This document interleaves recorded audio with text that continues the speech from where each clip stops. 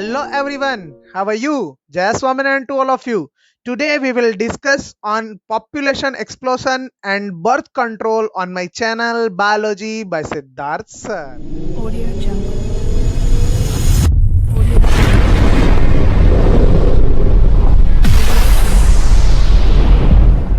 Normally ये population एक्सप्लोशंस क्यों हुआ? क्योंकि कोई पर्टिकुलर स्पीसीज वो उनकी जो पॉपुलेशन है वो धीरे धीरे और गिने तो एक ही साथ बहुत बढ़ गई। हम देखें तो वर्ल्ड वॉर टू के बाद समथिंग लाइक हम बोल सकते हैं कि 1900 के साल के बाद जो पूरे वर्ल्ड की जो पॉपुलेशन थी वो 2 बिलियन जितनी थी, बराबर। लेकिन उसके बाद सिर्फ एक 100 साल के अंदर, मतलब कि 2000 की साल में पॉपुलेशन 6 बिलियन हो गई। मतलब कि 100 साल में 4 बिलियन जितनी पॉपुलेशन बढ़ गई। और उसके बाद 2011 के अंदर जब पॉपुलेशन गिरी गई तो कितनी हुई? तो निकली 7.2। मींस क्या कि 1.2 का बढ़ावा सिर्फ 11 साल के अंदर। तो इतनी ज्यादा पॉपुलेशन बढ़ गई। और हम बात करें कि नॉर्मली पॉपुलेशन बढ़ी तो उससे होगा क्या कि जो सारे रिसोर्सेस है उस सभी रिसोर्सेस के अंदर स्ट्रेस बढ़ेगा। और ये पॉपुलेशन बढ़ी क्यों, उसका रीजन क्या है? तो नॉर्मली देखा जाए तो rapidly declining death rates, rapidly declining MMR, उसके बाद देखें तो rapidly decline IMR, increase life expectancy, उसके बाद देखें increase in number of people in reproductible age. मतलब कि डेथ रेट घट गई। क्यों घटी? क्योंकि नॉर्मली जो पहले जो डिसीज वगैरह होती थी उससे उसके बाद मेडिसिन वगैरह ज्यादातर ढूंढी गई तो उससे डेथ रेट कम हो गया। उसके बाद एमएमआर, एमएमआर मींस क्या? मैटरनल मोरालिटी और रेट। मतलब कि पहले जो प्रेग्नेंट लेडी थी उनकी डेथ बहुत ज्यादा होती थी और उनके डेथ से उनके साथ साथ आईएमआर मींस की फीटस की डेथ भी ज्यादा होती थी। तो वो डेथ, दोनों डेथ में मेडिकल का इंप्रूवमेंट हुआ तो वो दोनों डेथ के अंदर अंदर हम देखें तो उन दोनों डेथ, वो दोनों डेथ घटी। उसके बाद नॉर्मली हम देखें कि जो रिप्रोडक्टिबल एज के पर्सन है उनके अंदर इंक्रीजमेंट हुआ। वो एज वाले पर्सन वो धीरे धीरे बढ़ते गए, बराबर। और इसके साथ ऐसा नहीं है कि सिर्फ पूरे वर्ल्ड की, लेकिन हमारे इंडिया की बात करें तो उसकी पॉपुलेशन भी उतनी ही बढ़ती थी। हम हमारी आजादी की बात करें मतलब कि 1947 की, तो तब हमारी पॉपुलेशन, पूरी इंडिया की पॉपुलेशन 350 मिलियन थी, जो 2000 की साल में 1 बिलियन हो गई थी, बराबर। और 2000 साल की 2011 की साल हमने बात की कि पूरे वर्ल्ड की 7.2 हुई थी। तो तभी हमारी पॉपुलेशन कितनी थी? तो हमारी पॉपुलेशन 1.2 बिलियन हो गई थी, बराबर। तो इतनी ज्यादा पॉपुलेशन हमारी भी बढ़ रही थी। तो वो पॉपुलेशन घटाने का, उसको कंट्रोल करने का कोई सोर्स है? तो हाँ, वो इंडिया ने निकाला, ट्राई की इसके लिए। क्या किया? Promote smaller families. मतलब कि लोगों को समझाया, हमने पिछले वाले लेक्चर में बात की थी कि लोगों को धीरे धीरे इसके बारे में समझाया, ऐसे स्लोगन्स दिए गए, ऐसे बैनर लगाए गए। हमने पिछली बार बात की थी हम दो हमारे दो, ऐसे स्लोगन्स लगाए गए कि लोगों के अंदर दिमाग में ये बात बैठे कि स्मॉलर फैमिलीज की तरफ आगे बढ़े।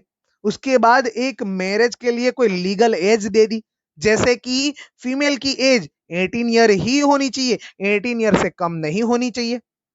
मेल की एज कम से कम 21 ईयर होनी चाहिए, उससे ज्यादा एज चलेगी लेकिन कम एज नहीं चलेगी। क्यों नहीं चलेगी? इससे बाल विवाह घटेंगे, बाल विवाह घटेंगे तो पॉपुलेशन में थोड़ा बहुत कम होगा, बराबर। इसके साथ बात कर सकते हैं कि कपल्स को स्मॉलर फैमिलीज के बारे में समझाया, बराबर। और उसके साथ साथ कॉन्ट्रासेप्टिव मेथड के बारे में भी लोगों को समझाया गया।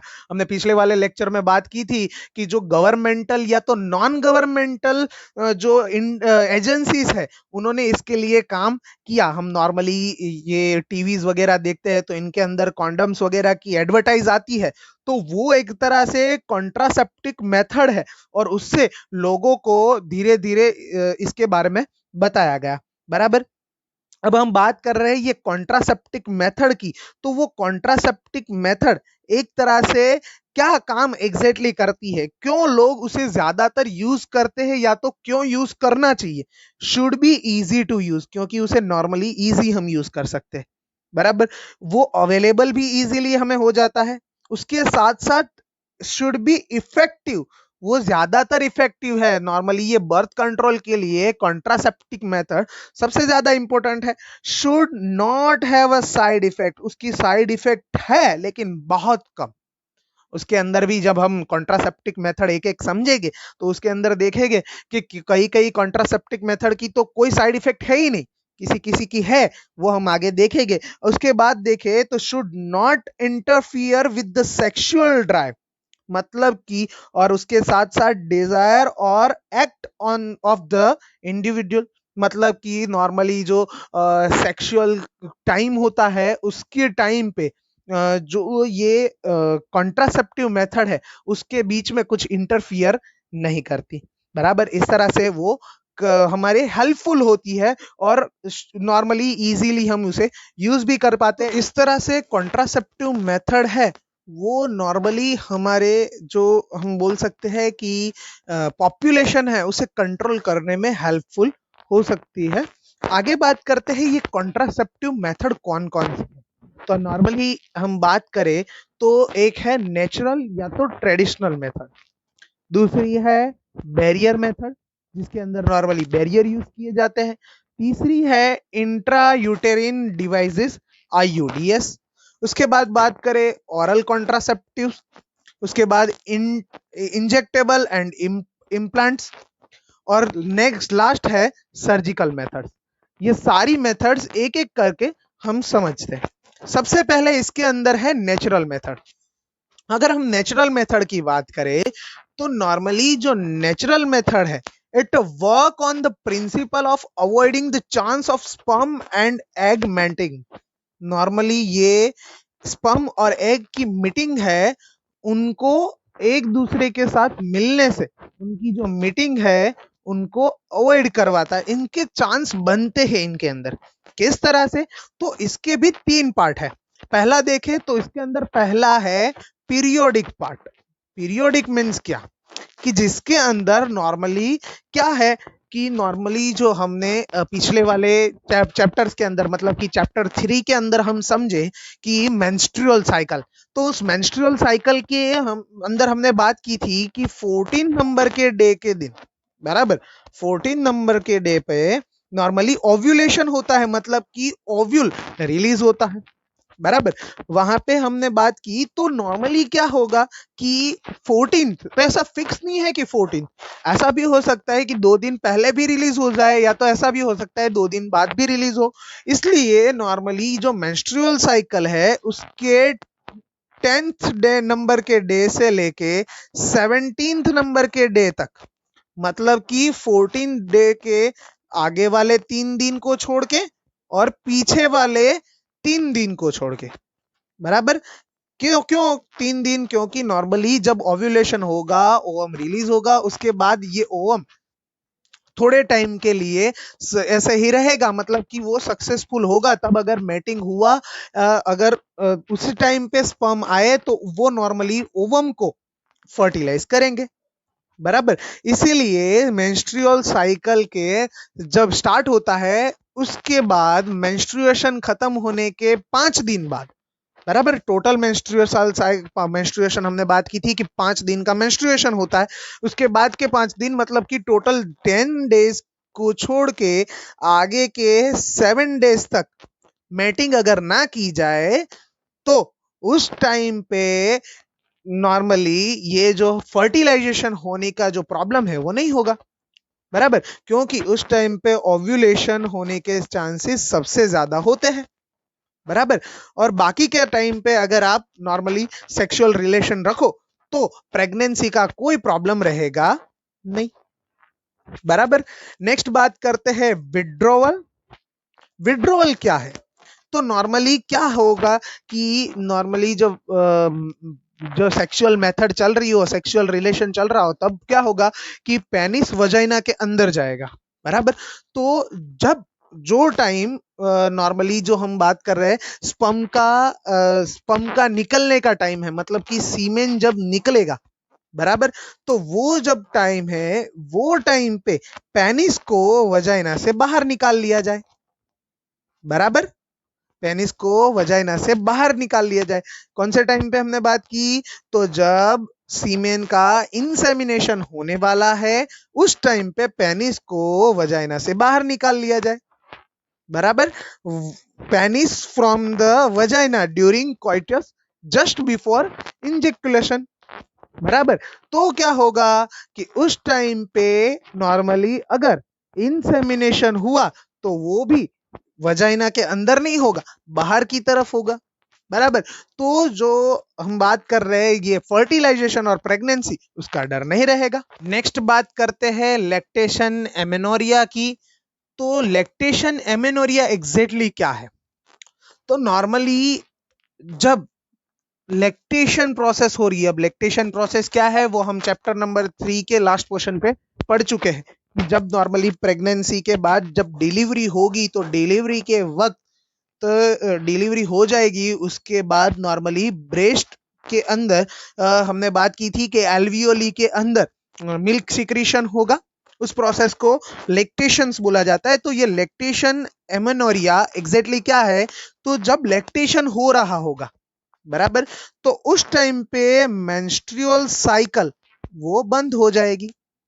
लैक्टेशन के टाइम पे मेंस्ट्रुअल साइकिल बंद हो जाती है, बराबर। नॉर्मली लैक्टेशन कितने टाइम पे होता है? तो हमने बात की थी कि बेबी का जब बॉर्न होगा, बॉर्न के बाद 6 महीने तक तो नॉर्मली बच्चे को मैटरनल मिल्क, बराबर, वही देना चाहिए और कुछ नहीं देना चाहिए। तो जब तक उसे नॉर्मली जब मैटरनल मिल्क दिया जाएगा बेबी को, तब तक तो वो बंद होगा नहीं, लेकिन 6 महीने तक तो कंफर्म देना चाहिए। तो तब तक तो जब तक लैक्टेशन हो रहा है तब तक मेंस्ट्रुअल साइकिल होगी नहीं, और मेंस्ट्रुअल साइकिल होगी नहीं तो ओव्यूलेशन होगा नहीं, और अगर ओव्यूलेशन होगा नहीं तो हमें प्रेगनेंसी का डर रहेगा नहीं। समझ में आया?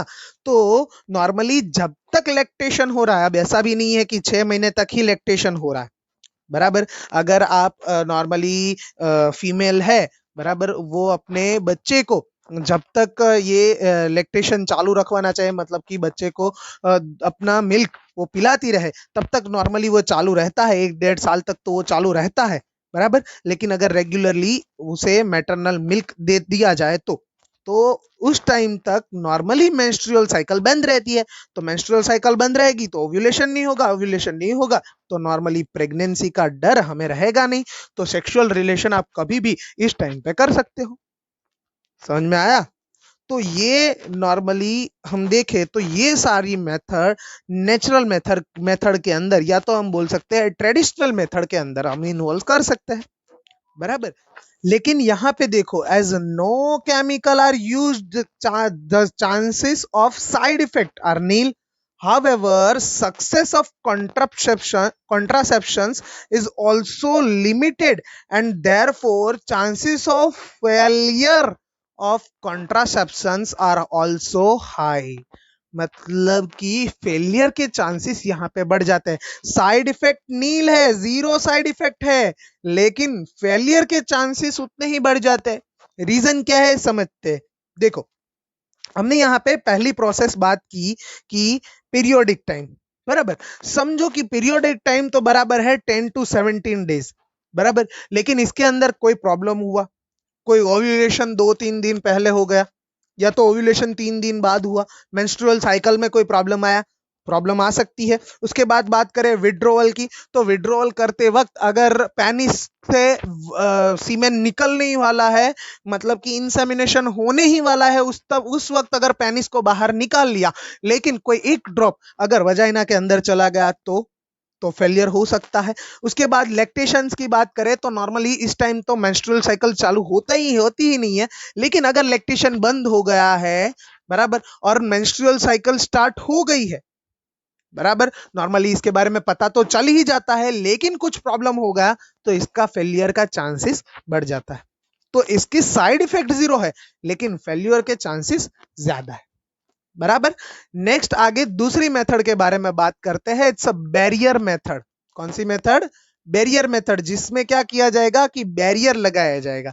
इन this method sperm and ovum are physically, किस तरह से? फिजिकली, नॉर्मली वहां पे दोनों को, हम आग नेचुरल मेथड में देखें तो दोनों की मीटिंग को अवॉइड किया जाता था, लेकिन यहाँ पे फिजिकली उसकी मीटिंग को रोक दिया जाता है, बराबर, उनको प्रिवेंट किया जाता है, उनकी जो मीटिंग होती है उनको, किसकी हेल्प से? नॉर्मली उन बैरियर की हेल्प से।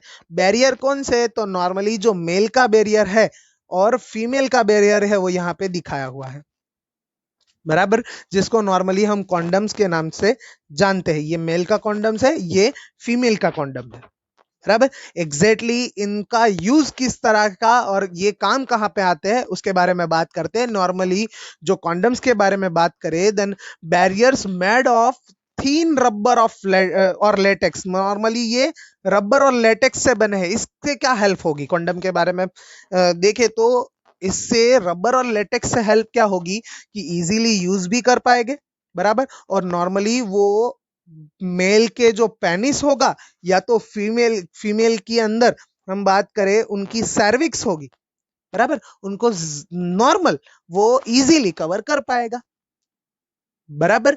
दूसरी बात करें तो इन दोनों के कॉन्डम्स नॉर्मली डिस्पोजेबल होते हैं, तो हम नॉर्मली उसको यूज करने के बाद फेंक सकते हैं, बराबर।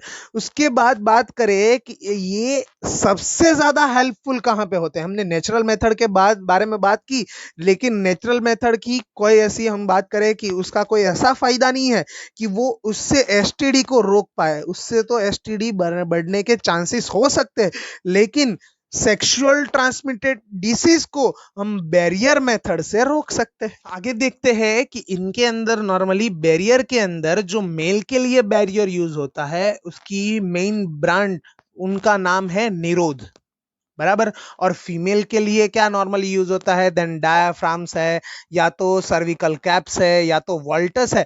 ऐसे टाइप के जो कॉन्डम्स होते हैं वो नॉर्मली यहाँ पे यूज होते हैं, जो भी नॉर्मली रबर्स वगैरह से बने हुए होते हैं, रबर या तो लेटेक्स से।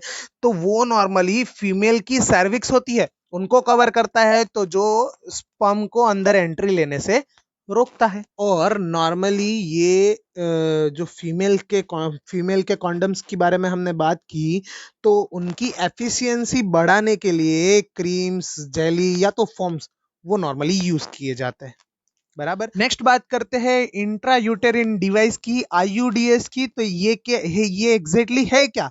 This device are inserted into the uterus by doctor और एक्सपर्ट्स नर्स। एग्जैक्टली किस जगह से?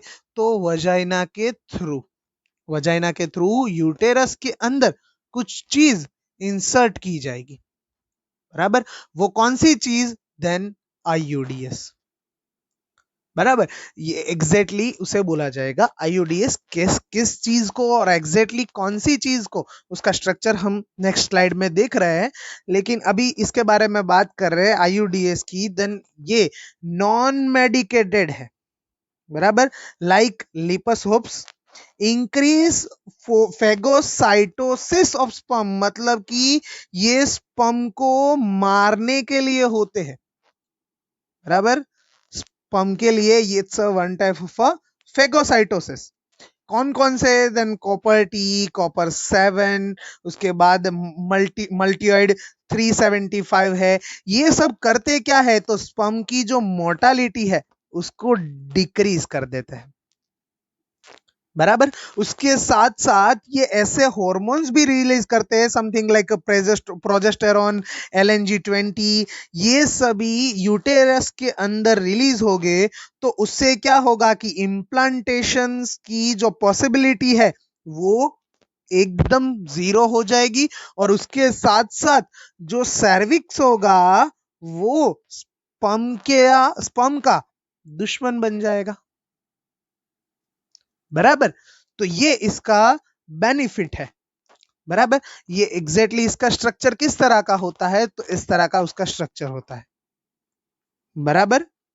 ये नॉर्मली कब इन्वॉल्व की जाती है और कब तक इन्वॉल्व की जाती है, तो जब इसको मतलब कि फीमेल के अंदर ये हमने अभी बात की कि यूटेरस के अंदर ये डाला जाता है, तो जब तक फैमिली प्लानिंग के लिए यूज किया जाता है, और या तो अगर फीमेल चाहती है कि उसे रेस्ट चाहिए थोड़ा, या तो थोड़े टाइम तक उसे ये प्रेगनेंसी चाहिए ही नहीं, तो वो नॉर्मली ये एक कॉपर टी का यूज कर सकती है, जो नॉर्मली इस तरह का उसका स्ट्रक्चर होता है। ये एग्जैक्टली काम क्या करती है, तो यहां से इसे कॉपर टी क्यों बोला जाता है, टी लाइक स्ट्रक्चर है और ये कॉपर रिलीज करती है।